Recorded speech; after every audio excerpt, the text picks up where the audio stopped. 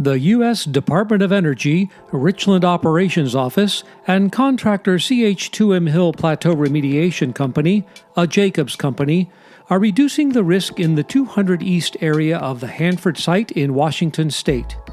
Engineers have developed a safe and compliant process to remove 1,936 highly radioactive cesium and strontium capsules from underwater storage inside the Waste Encapsulation and Storage Facility, or WESF, to a safer dry storage configuration. In the 1970s, cesium and strontium were removed from waste tanks at Hanford to reduce the temperature of the waste inside of the tanks. The capsules represent about a third of the total radioactivity on the Hanford site. While they are currently in a safe configuration, WESF is an aging facility.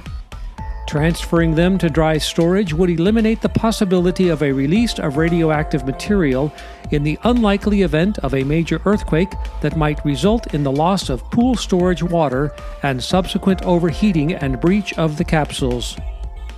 Teams of well-trained personnel will accomplish this work safely and compliantly, benefiting from the lessons learned and proficiencies gained from training with the equipment at a full-scale, non-radiological mock-up.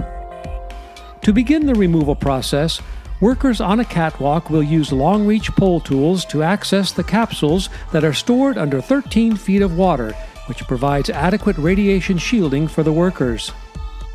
Workers will retrieve the capsule and move it to the transfer chute connecting to the hot cell, or G cell. From outside G cell, workers will use manipulator arms to bring the capsule near a shielded window to inspect the capsule for damage. They will also verify the capsule's identity to ensure the correct capsules are loaded in such a way to comply with the capsule storage thermal analysis. If operators find a damaged capsule, they will place it in a larger overpack capsule. Then, workers using the manipulator arms and a special insertion tool will place the capsule into a universal capsule sleeve, or UCS. The UCS can hold up to 6 capsules. Once the UCS is full, the air inside will be displaced with helium, which helps dissipate the heat from the capsules. Following a successful leak test, the UCS is ready for transfer to the truck port. Using cameras, workers will guide a grapple over the UCS, hoist it out of G-cell and into the Shielded Dry Transfer System, or DTS. The DTS is a large shielded cask that will transfer the UCS from G-cell into the WESF Canyon to the truck port, using a 15-ton crane.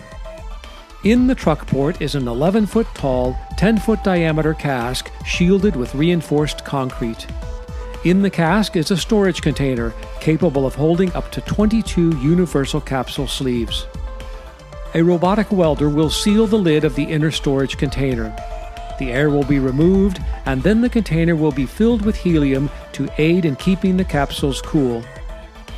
Once the helium is in place, a second outer lid will be placed on the storage container and welded in place. Once the loading process is complete, workers will open the truck port roll-up door and remove the cask.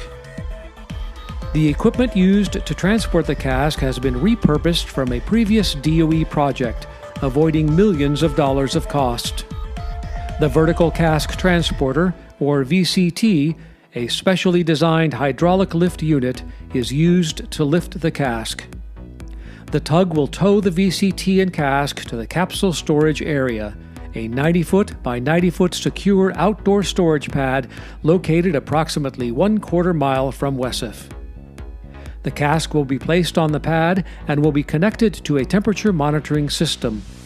The cask will be placed in one of the 25 locations on the pad. Once the final capsule has been retrieved and the final cask has been placed onto the storage pad, WESF can be prepared for demolition. These cesium and strontium capsules will remain in a safe and passive condition until a permanent storage location is available.